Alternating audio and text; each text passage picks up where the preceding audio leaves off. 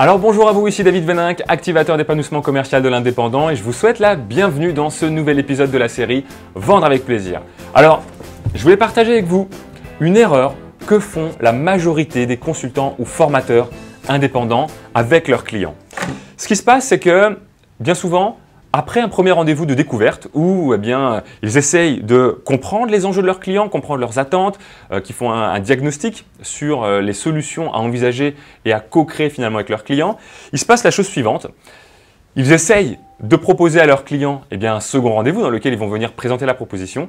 Mais ce qui se passe, c'est que leurs clients les amènent sur un chemin glissant en leur répondant « C'est gentil, mais vous embêtez pas, vous n'allez pas vous déplacer une deuxième fois, envoyez-moi la proposition par email et puis on prendra rendez-vous par la suite après si nécessaire. » Et là, malheureusement, la majorité des consultants et formateurs indépendants vont dans le sens de leurs prospects. L'erreur, c'est vraiment d'envoyer la proposition dans les méandres de votre prospect. Vous l'envoyez par email. Là, vous êtes sûr à 80% que de toute façon, il ne se passera rien derrière. Parce que les cycles de décision sont très longs, qu'il va pouvoir se passer des tonnes de choses dans la vie de votre prospect. Que, en plus de ça, vous allez essayer de le relancer. Vous allez tomber dans la malédiction de l'expert, c'est-à-dire de relancer pour finalement n'aboutir à rien. Surtout, n'envoyez pas, s'il vous plaît, vos propositions par email.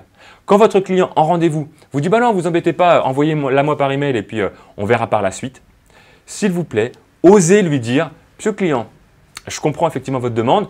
Par contre, votre projet est important, il est important pour vous, il est important pour moi. Si on est amené à collaborer ensemble, on va se revoir de toute façon plusieurs fois, plusieurs jours, sur plusieurs semaines, voire sur plusieurs mois. Je pense qu'effectivement, prendre le temps de balayer ensemble effectivement la proposition, de valider que la co-création de valeur que l'on a prévue ensemble correspond bien à vos attentes et à vos enjeux. Je pense que c'est nécessaire, c'est un temps qui sera de toute façon investi à bon escient pour la réussite de votre projet. Donc, plutôt que de vous l'envoyer par email, ce que je vous propose, c'est qu'on se voit la semaine prochaine. Est-ce que vous préférez plutôt qu'on se voit en début ou en fin de semaine? Surtout, s'il vous plaît, ne vous laissez pas emmener par votre client, par votre prospect à ce stade, vers un envoi par email de proposition. Prenez le leadership, gardez l'initiative, gardez la main sur votre entretien commercial, sur votre processus de vente et validez avec lui la prochaine étape dès maintenant. Vous êtes en face de votre prospect, validez avec votre prospect, avec votre interlocuteur, le prochain rendez-vous dans lequel vous lui présenterez la proposition commerciale. Voilà pour aujourd'hui, j'espère que vous allez prendre en main, si vous ne le faites pas déjà, le leadership de vos entretiens, que vous allez garder l'initiative.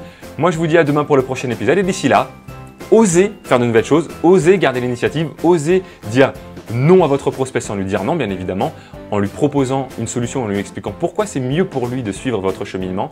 Soyez vous-même et réalisez-vous pleinement chaque jour.